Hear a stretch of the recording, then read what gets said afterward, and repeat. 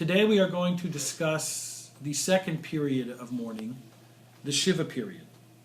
We've told you previously that the word shiva actually means 7, representing the 7 days of mourning that occurs after the burial. In fact, it's really not a full 7 days. It starts after the burial. It could be it's starting at 5 in the afternoon. The Jewish day goes from the evening and on. So if you, let's say, started sitting shiva at 5 in the afternoon on Tuesday, already that counts as day 1, even though day 2 is going to start, let's say, if it gets dark 2 hours later.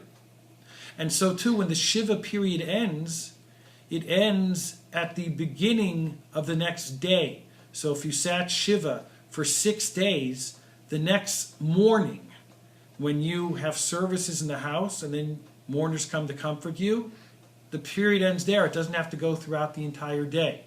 We just need, we say, a little of that last day, the Talmud says, in order to make it into the 7th day. You don't need a complete 7th day. Again, going with the idea that Jewish law is lenient in regards to the mourner. During this time of shiva, the mourner, not only as we described previously in some of our other presentations, not only has certain prohibitions put upon him, but also takes off from his normal life. I remember once going to a cookie store across from Yeshiva University, and I went in and I saw that the woman was very upset. I said, "What are you so upset about?" She said, "Yesterday we buried my father."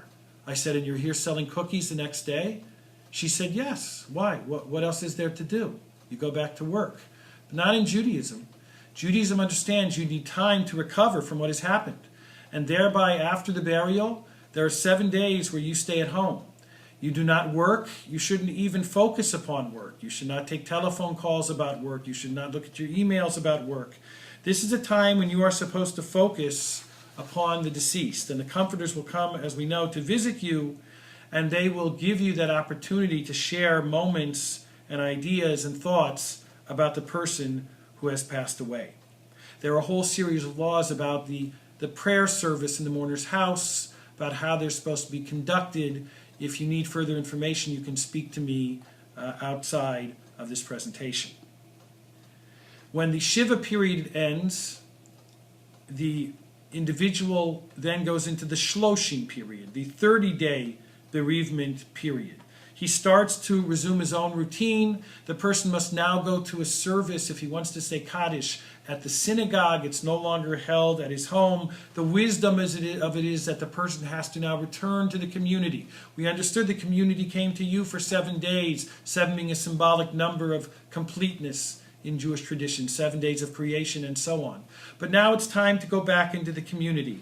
Gradually return to work and doing the things you normally do, but there are now prohibitions which tend to set for you a proper atmosphere for you to remember your lost one.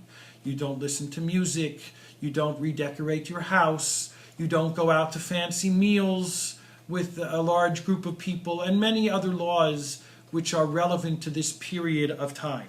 The 30-day period lasts for all relatives except for one's parents. For one's parents, the period of time is 12 months that one must continue to observe some of these mourning laws.